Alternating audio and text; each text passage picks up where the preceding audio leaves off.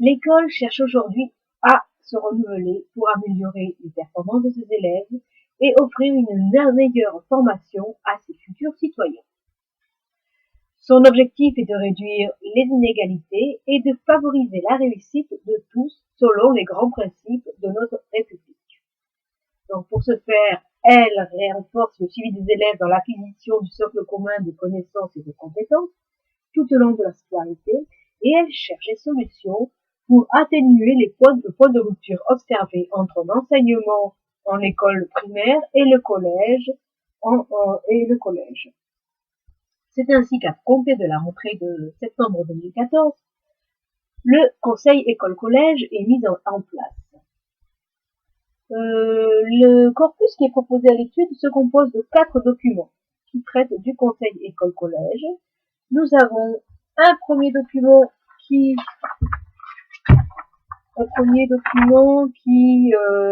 est un texte de référence situant le Conseil école-collège, qui est établi dans le décret numéro 2013-683 du 24 juillet 2013 et qui présente les modalités d'organisation du Conseil école-collège avec les participants, les dates de la mise en œuvre, les missions et la fréquence des rencontres.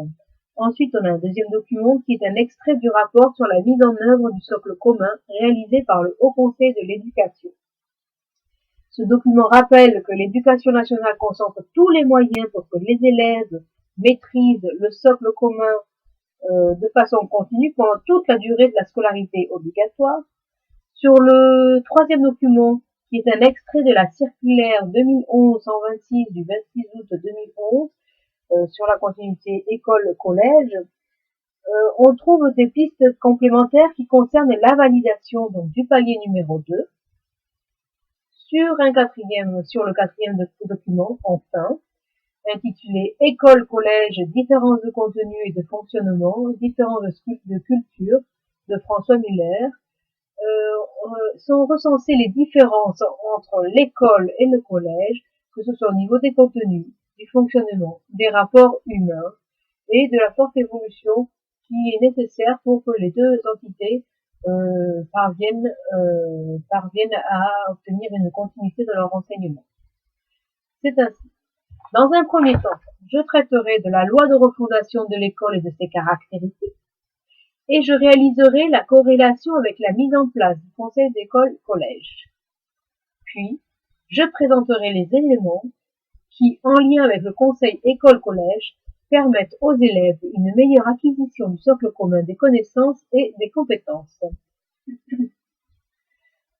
Tout d'abord, il convient de présenter la loi de refondation de l'école et ses caractéristiques. Cette loi est une loi qui est relativement récente puisqu'elle date du 8 juillet 2013 et elle marque un engagement de la nation à faire de la jeunesse et de l'éducation une priorité. Pourquoi a-t-on eu besoin d'établir cette loi? En fait, il y a eu des rapports internationaux, en particulier le rapport PISA, qui ont mis en avant que l'école française n'était plus une école égalitaire, que l'école française n'était plus assez performante pour répondre aux demandes professionnelles. C'est ainsi que l'école a décidé donc de se remettre en question et de revoir la qualité de son enseignement. Les réflexions qui en ont découlé ont donné lieu à la loi de refondation de l'école. Alors, les caractéristiques de cette loi. La première caractéristique est que c'est une loi qui donne la priorité à l'école primaire. Pourquoi est-ce qu'elle donne la priorité à l'école primaire dans l'attribution des moyens? En fait, il s'avère que les élèves qui prennent du retard ou qui n'assimilent pas bien certains éléments en école primaire vont subir des conséquences très importantes de ces lacunes sur leur formation future. C'est ainsi que on a décidé que ces élèves devaient être les élèves en école primaire devaient être particulièrement formés et soignés. Donc, on a également mis en place une formation des ESPE, une meilleure formation des enseignants avec les ESPE, qui sont des formations qui vont permettre donc d'attirer peut-être par une meilleure formation plus de monde, puisque le métier d'enseignant avait été un petit peu abandonné dans l'esprit dans les esprits de la carrière professionnelle, hein, de vie professionnelle. Et grâce à ces ESPE, les enseignants vont pouvoir réaliser de l'immersion directement au sein donc des écoles de façon à mieux appréhender leur profession à venir. Ensuite, nous avons eu la mise en place des rythmes scolaires, de nouveaux rythmes scolaires. Donc c'est ce qui vient d'être mis en place. Donc avec les 4 jours et demi, les 4 matinées et demie d'école pour les élèves, puisqu'on a établi que les élèves avaient une meilleure concentration le matin, et c'est pourquoi il fallait gagner au moins une matinée supplémentaire pour que les informations soient plus facilement intégrées. Ensuite, la loi de refondation intègre aussi la rénovation des programmes qui et va également tenir compte des nouvelles recherches, des nouvelles découvertes scientifiques concernant l'évolution des enfants. Et dans cette rénovation des programmes, on va avoir une réorganisation de cycles. Cette réorganisation des cycles va se décomposer en périodes de 3 ans, qui vont donner le temps de 3 ans, qui pendant ces paliers, finalement pendant ces cycles, qui vont être validés par des paliers, qui vont permettre de donner le temps aux élèves d'intégrer un certain nombre de connaissances du socle commun, et de leur donner le temps en fait d'apprendre. Et de même,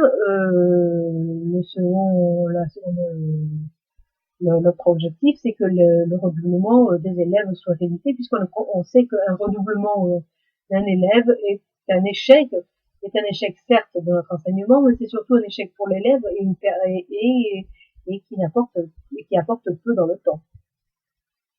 Donc au niveau de la réorganisation des cycles, on va avoir des cycles, le cycle des apprentissages premiers qui se compose des TPS, donc les très petites sections de maternelle, les petites sections, les petites, moyennes et grandes sections de maternelle, donc qui vont permettre, qui est un cycle qui va se concentrer qui va redonner son autonomie à la maternelle, qui avait une tendance à empiéter un petit peu sur les programmes de l'école élémentaire, de façon à mieux préparer les élèves à entrer en CP. On aura également le cycle des apprentissages fondamentaux qui se situe en CP, CE1, CE2. Le cycle de consolidation, CM1, CM2 et 6e, et c'est ce cycle-là qui va nous intéresser pour notre travail sur le conseil école-collège. Le cycle des approfondissements, 5e, 4e et 3e. Donc, globalement, il a été établi qu'il fallait réaliser le meilleur suivi possible des élèves et que ce qui a été observé, analysé, mis en place en école élémentaire doit pouvoir être réintégré donc dans la continuité de l'enseignement de l'élève au collège. Pour réaliser ce suivi donc de l'élève et de sa scolarité, il y a bien entendu des évaluations nationales qui vont permettre de situer l'élève parmi ses connaissances, mais il y a également tout ce travail qui a pu être mis en place par l'école élémentaire. Mais la difficulté réside dans le fait que l'école primaire et le collège sont des entités qui fonctionnent de façon très différente, administrativement et pédagogiquement. Et c'est ainsi qu'on va pouvoir repérer que le rapport, par exemple, entre les élèves et les enseignants sont fort différents entre ces deux entités, puisque par exemple, au collège, enfin, en école élémentaire, les élèves vont être très proches donc de les élèves vont être plutôt proches de leur maître, ils vont le voir toute la journée, ils vont pouvoir aborder des sujets de façon transversale. Le maître va être beaucoup plus très attentif à ses élèves, et les élèves vont être attentifs à le maître, donc il va y avoir un contrat didactique. De même, les élèves savent à quoi s'attendre, ce qu'ils doivent étudier. Alors que en école collège, l'élève en tant qu'enfant n'est plus, et on considère qu'il s'agit d'un élève à part entière, donc avec une certaine autonomie, dans lesquelles cet élève doit réagir aux demandes donc de différents professeurs, de différents interlocuteurs, dans lesquels la transversalité n'est pas aussi clairement abordée. C'est à l'élève de faire l'effort de cette transversalité. Le professeur semble beaucoup plus éloigné de cet élève puisqu'il va le voir beaucoup moins. Et finalement, l'élève va être plus libre, mais libre dans le sens où, bon, il va avoir à respecter un emploi du temps, il va se sentir sûrement un peu plus seul, et il va falloir qu'il réorganise ses temps libres de façon d'abord à gérer ses occupations personnelles, mais également à pouvoir rendre les devoirs qui lui sont demandés au collège, ce qui n'était pas le cas au primaire. Et ces devoirs qui sont demandés au collège, le travail personnel, est un travail qui demande des longues périodes qui sont des travaux de longue durée. L'élève va également, c'est un élève qui va également devoir beaucoup plus écrire au collège plutôt qu'en primaire. Il va devoir apprendre à prendre des notes, par exemple. Donc c'est vrai que la responsabilité est différente entre l'école élémentaire et le collège.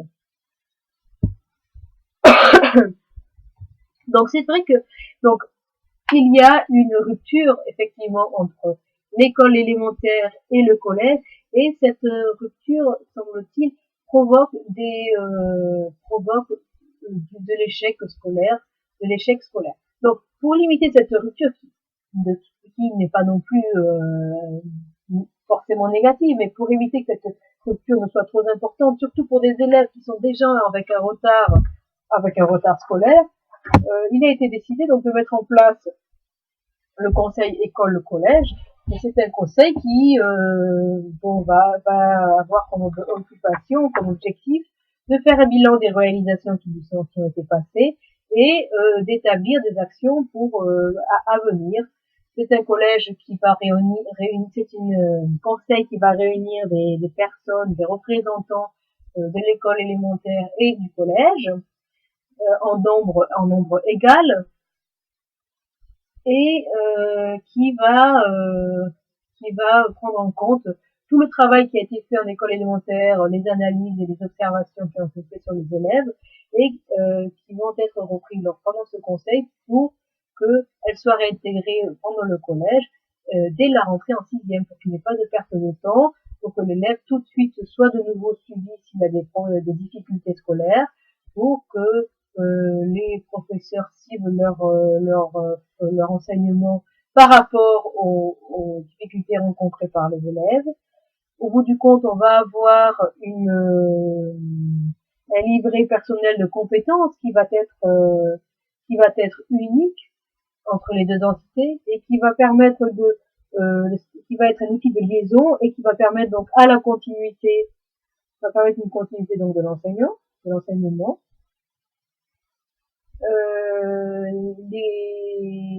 Il va y avoir des outils de personnalisation de parcours qui vont être remis en place. Et par exemple, on va avoir le programme personnalisé de réussite éducative de façon passerelle, le PRE passerelle, qui va permettre aux élèves, aux professeurs, donc d'intégrer les enfants donc dans leur parcours scolaire, dans leur propre parcours scolaire. Pour conclure, on peut dire que on a démontré que le conseil école-collège répond effectivement à la loi de refondation de l'école. On essaie d'améliorer la communication et les modes de travail entre les professeurs des écoles et ceux du collège. On essaie d'améliorer donc les apprentissages et d'augmenter l'égalité des chances de réussite scolaire. Cependant, il y a quand même des disparités qui sont recensées selon le fonctionnement du conseil école-collège et des commissions école-collège, et peut-être l'idée d'un établissement public qui coordinerait ou qui reprendrait l'ensemble de la scolarité obligatoire des élèves faciliterait, une seule entité faciliterait le suivi des élèves et harmoniserait bien plus facilement les décisions à prendre entre le collège et l'école.